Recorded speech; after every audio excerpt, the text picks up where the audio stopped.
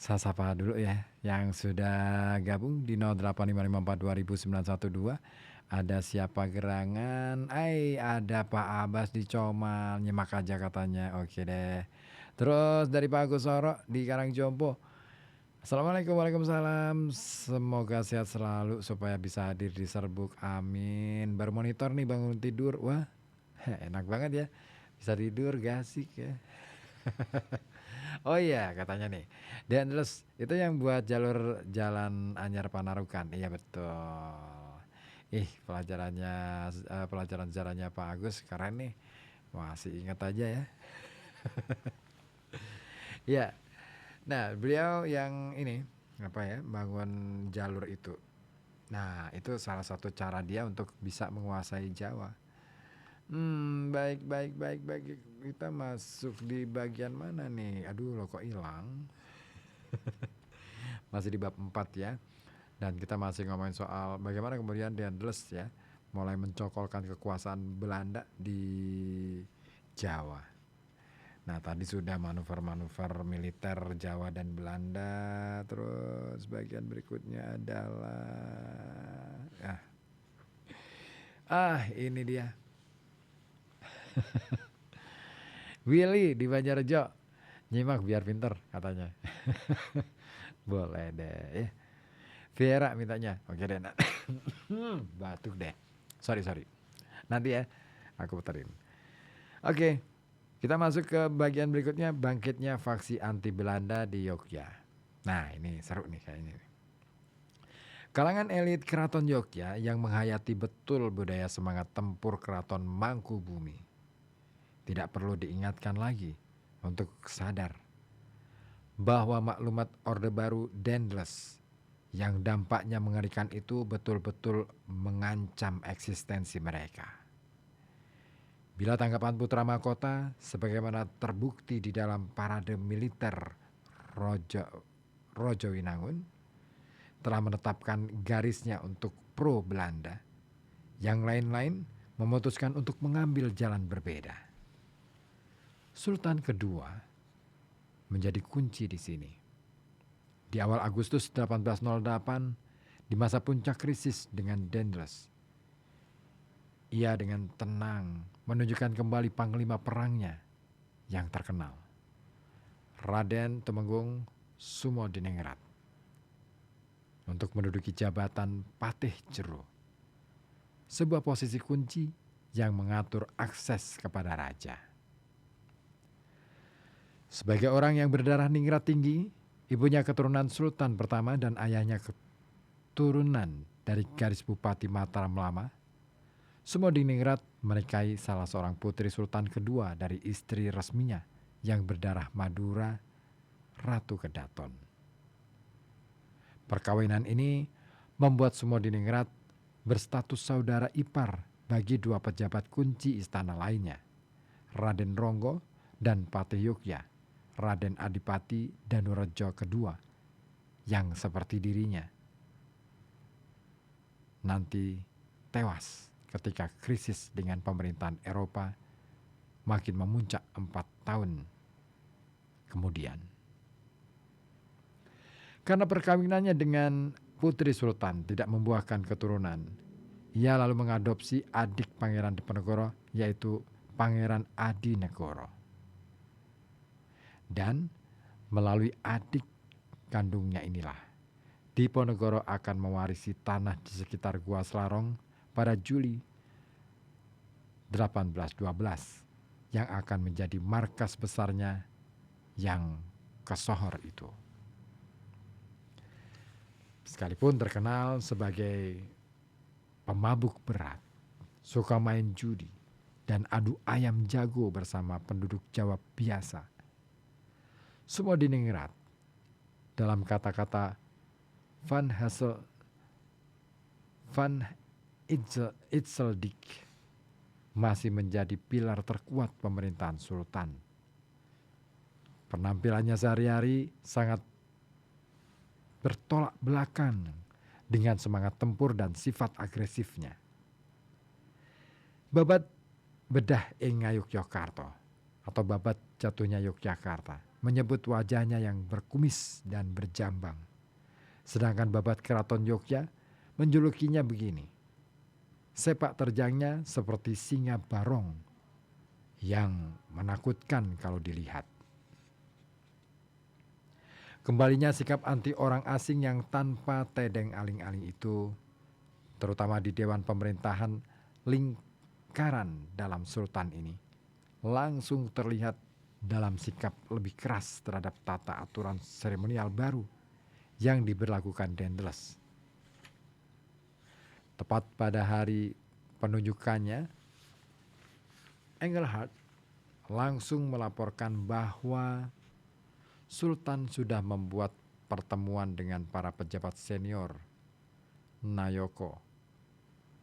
Dalam kesempatan itu, semua Diningrat menyarankan penolakan, mengingatkan tata upacara seremonial baru itu hanya akan merendahkan martabat Keraton Yogya. Perkara ini masih belum menemui kata putus, demikian Engelhard, dan timbul banyak sekali ketegangan di keraton. Memang, Dewan Inti ini terpecah dalam dua kubu yang sama besar, dengan Menteri Pertama, Patih Danurejo kedua, dan 3 Nayoko menerima. 2 pejabat kunci lain abstain. Salah satunya adalah Raden Ronggo. Rubah yang lihai itu. Begitu kata Engelhard. Keluar dari ruang pertemuan dengan wajah penuh air mata, menandakan ia dipersiapkan untuk mengusulkan menerima sekalipun ia sangat enggan melakukannya. Dalam masa 2,5 tahun ke depan, sampai hari kematiannya dalam pemberontakan di bulan Desember 1810, Ronggo adalah jantung perlawanan Yogya terhadap Daendels.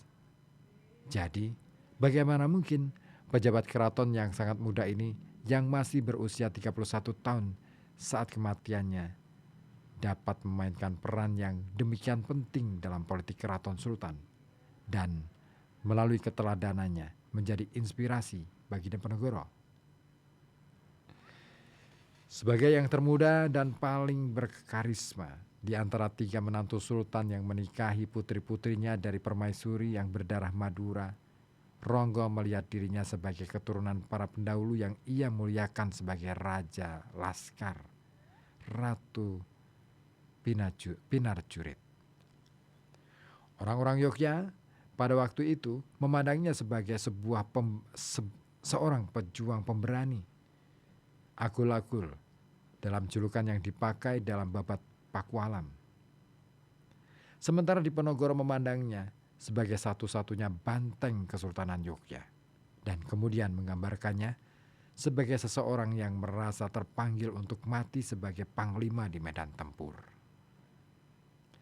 Wajah tampan dan temperamen panas berapi-api dari sosok Ronggo ini kemudian terwaris kepada putranya dari selirnya, Sentot, yang nantinya menjadi salah satu komandan yang paling termasyur dari pasukan Diponegoro. Melalui garis ibu, Ronggo adalah keturunan dari Sultan pertama yang sangat ia kagumi. Kakeknya dari garis ayah, Kiai Ronggo Wirosentiko, adalah panglima perang yang paling dipercaya Sultan Mangkubumi.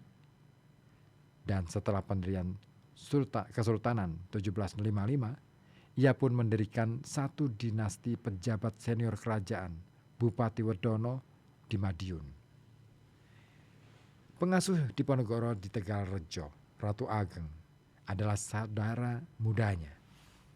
Dengan demikian, ikatan darah keluarga Ronggo dengan Pangeran Diponegoro muda amat sangat dekat.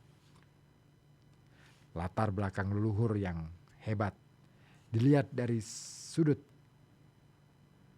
keningratan dan spiritualitas yang berkombinasi dengan pengangkatan Ronggo secara tiba-tiba sebagai Bupati Wedono di tahun 1796 pada usia 17 tahun. Karena sang ayah mendadak mengalami kebutaan, pada awalnya sempat membuat dia besar kepala. Namun perlahan-lahan tindakannya sebagai penguasa muda yang impulsif itu kian tenang oleh sikapnya yang makin bertanggung jawab. Laporan-laporan residen selanjutnya mengindikasikan bahwa ia sosok yang sangat cerdas, yang mampu memerintah dengan baik di Madiun dan tidak pernah memeras rakyat. Maospati yang letaknya hanya menyeberang sungai dari Madiun, penduduk bertambah di sana dengan sangat cepat.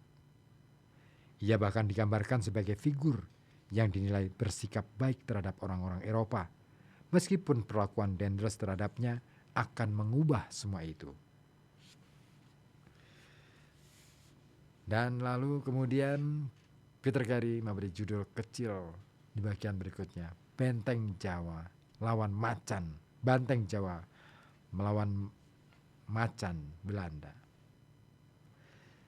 Dalam paruh pertama bulan Agustus 808, setelah melihat bukti-bukti keengganan Sultan kedua untuk menerima aturan seremonial baru yang mulai diberlakukan, Daendels mengancam untuk datang ke Yogyakarta dengan kekuatan bersenjata guna memaksakan kehendaknya.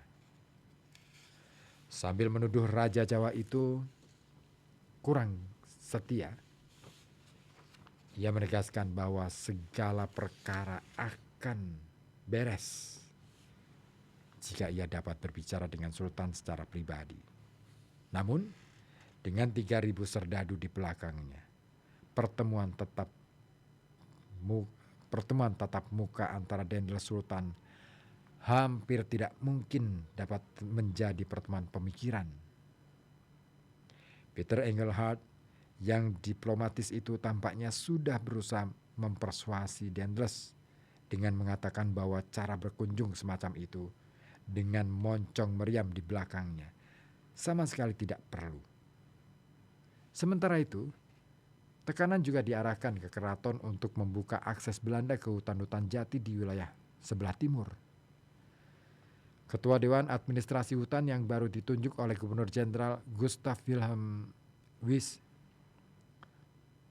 menulis surat dari Rembang berisi permintaan Bupati Yogyakarta di kawasan timur, yakni di Padangan dan Panolan, yang daerahnya dibutuhkan Belanda untuk kegiatan penebangan kayu, wajib hadir di Yogyakarta untuk mendengar instruksi-instruksi Daendels.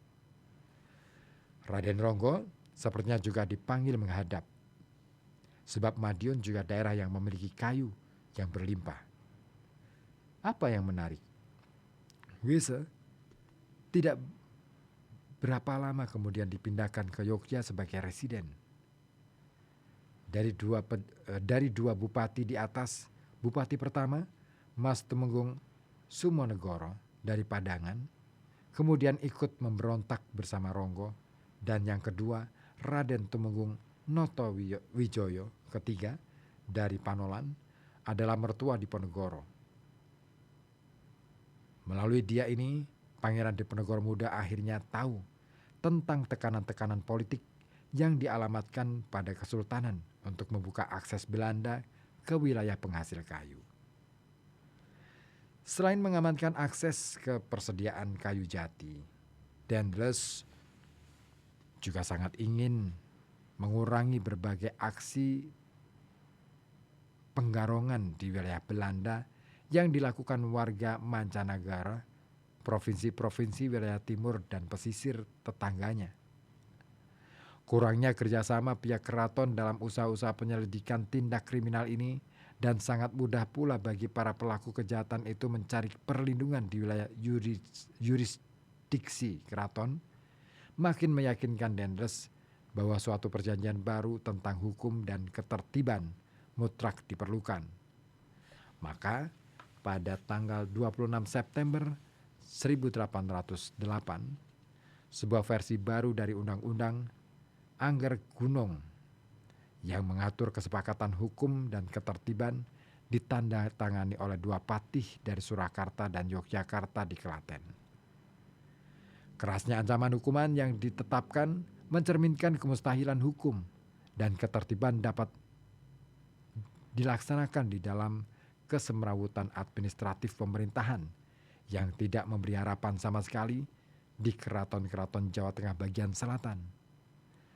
Reformasi mendasar tidak pernah terjadi sampai setelah usai Perang Jawa tahun 1830. Masa di mana penyelesaian sengketa wilayah secara menyeluruh akhirnya membagi daerah kekuasaan beberapa keraton untuk selamanya. Baru saja sebulan lebih perjanjian itu ditandatangani. Sebuah kesepakatan bersama lain di antara keraton-keraton ditandatangani di Klaten. Dalam kesepakatan ini diatur pekerjaan berbagai serikat kuli panggul, pengerahan buruh-buruh dari Surakarta untuk bekerja di proyek-proyek jalan pos Trans Jawa, Dendles, telah menimbulkan berbagai masalah dengan Kesunanan. Dan Dendles sekarang mutlak membutuhkan akses pada sumber daya manusia untuk memenuhi ambisinya mendirikan dan mempertahankan proyek gedung-gedung dan pertahanan sebelum terjadinya serbuan Inggris yang tampaknya tak terhindarkan lagi dan hanya tinggal menunggu waktu. Sekalipun dua perjanjian itu sudah ditandatangani, Gubernur Jenderal Dendles belum juga selesai berurusan dengan para patih. Ia ingin baik patih Keraton Surakarta maupun Yogyakarta menyambutnya sebagai Gubernur Jenderal yang baru tiba di Semarang, sehingga mereka dapat menyampaikan penghormatan dan cenderamata yang lazim diberikan atas nama junjungan mereka. Ia menegaskan sekretaris jenderalnya, Hendrik Verken, untuk menerima penghormatan mereka atas nama dirinya dan membacakan suatu pernyataan berkenaan dengan perubahan-perubahan politik terbaru di Eropa. Pernyataan tersebut berisi konsep-konsep yang sangat asing, terutama yang berkaitan dengan penghapusan feodalisme di Eropa, sehingga penerjemahan resmi ke dalam bahasa Jawa di Semarang, C.F. Kriegman, mendapat kesulitan besar bagaimana menerjemahkan teks itu ke dalam bahasa Jawa. Berikut ini terjemahan bebas yang aslinya dari bahasa Belanda ke dalam bahasa Inggris yang dibuat oleh perwira Inggris, ajudan Lord Minto, Kapten William Robinson. Saya menerima dengan senang hati dan tulus penghormatan dari susuhunan melalui patih dan para dutanya. Saya tidak memandang upacara ini sebagai penghormatan oleh seorang raja bawahan kepada raja junjungan, karena sistem feodal telah dihapus di Eropa. Tetapi saya lebih melihatnya sebagai ucapan selamat datang atas tibanya saya dengan selamat di pulau ini. Perserikatan Dagang Hindia Timur atau VOC dan Republik dari provinsi-provinsi yang bersatu telah kehilangan pengaruh mereka di Eropa. Tetapi pemilihan adik kaisar untuk menduduki tahta kerajaan di negeri Belanda telah menyebabkan pengaruh politik negeri itu untuk dipulihkan kembali dengan mengadopsi sebuah cara memerintah yang lebih bersemangat dan dengan suatu persekutuan yang sangat erat dengan kekaisaran yang paling berkuasa di dunia. Adalah kehendak Raja Louis untuk meningkatkan kebahagiaan rakyatnya di Pulau Jawa, dan ia memberi mereka perdamaian, kemakmuran, dan pemerintah yang murah hati. Ketika Danurejo kedua dan rombongan kembali ke Yogyakarta dengan deklarasi Verkens di tangan dan salam hangat Dendles kepada Sultan terus bergaung di telinga mereka, namanya juga pujian lisan, tentulah mereka bertanya-tanya dalam hati, apa gerangan yang sedang terjadi? Ada apa dengan ini semua? Satu Jawa pasca feodal, kebahagiaan rakyat, kekaisaran yang paling berkuasa di dunia. Bagaimana memasukkan ide ini semua dalam konteks tatanan lama Jawa yang tampaknya tidak bisa diubah itu? Beruntunglah penjelasan simbolik akhirnya datang juga. Tidak begitu lama setelah delegasi dari Yogyakarta itu tiba di rumah Van Bram yang ditunjuk sebagai Deputi Dendles, singgah dari Surakarta bersama istrinya dalam suatu kunjungan resmi. Sudah lazim bagi keraton dalam kesempatan seperti itu untuk menghormati tamu istimewa, menyuguhkan pertunjukan tarung adu kuat antara macan melawan banteng di alun-alun selatan, dan Van Bram tidak kecewa. Namun khusus tentang duel itu, ia memberi kesaksian tentang akhir cerita yang menarik. Bahwa pada ronde pertama pertarungan itu, si macan merobek otot kaki sang banteng, dan kemudian macan itu tak mau bertarung lagi. Di ronde kedua, ketika seekor macan baru diturunkan, ia melompat hingga keluar ring yang dikelilingi para pengawal bertombak dan hanya bisa ditangkap dan dibunuh di belakang panggung kehormatan di mana Sultan duduk bersama tamu Belandanya. Situasi ini belum pernah terjadi sebelumnya. Demikian laporan Van Bram, menyebabkan orang Jawa membuat banyak tafsir berkaitan dengan diri saya, dan Sultan memberi saya kata-kata pujian, dan bahwa peristiwa itu terjadi sebagai penghormatan buat saya. Beberapa kata pujian, beberapa kata tanda kehormatan. Apa yang tidak disadari Van Bram adalah bahwa kontestasi adu kuat itu punya makna lebih mendalam.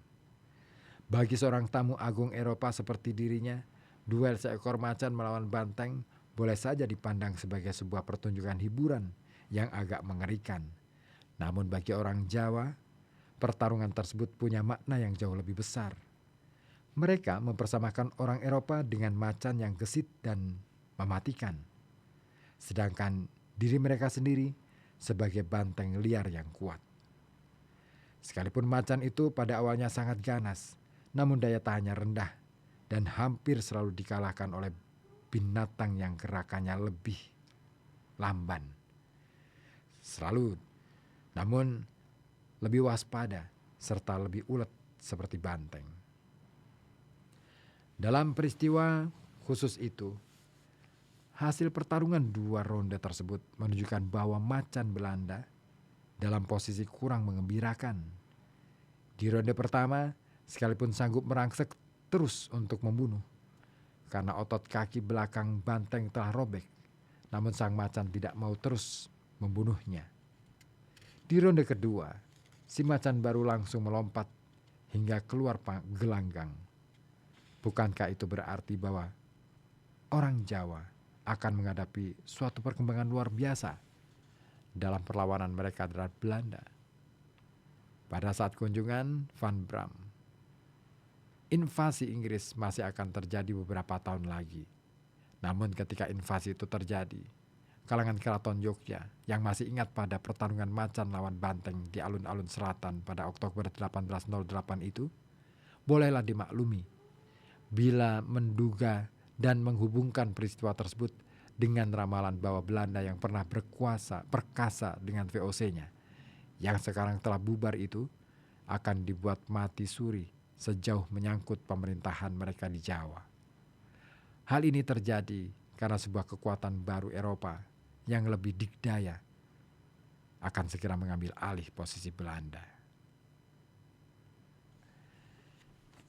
Dan di bagian berikutnya, kita lanjutkan lagi insiden diplomatik menyambut datangnya masa sulit.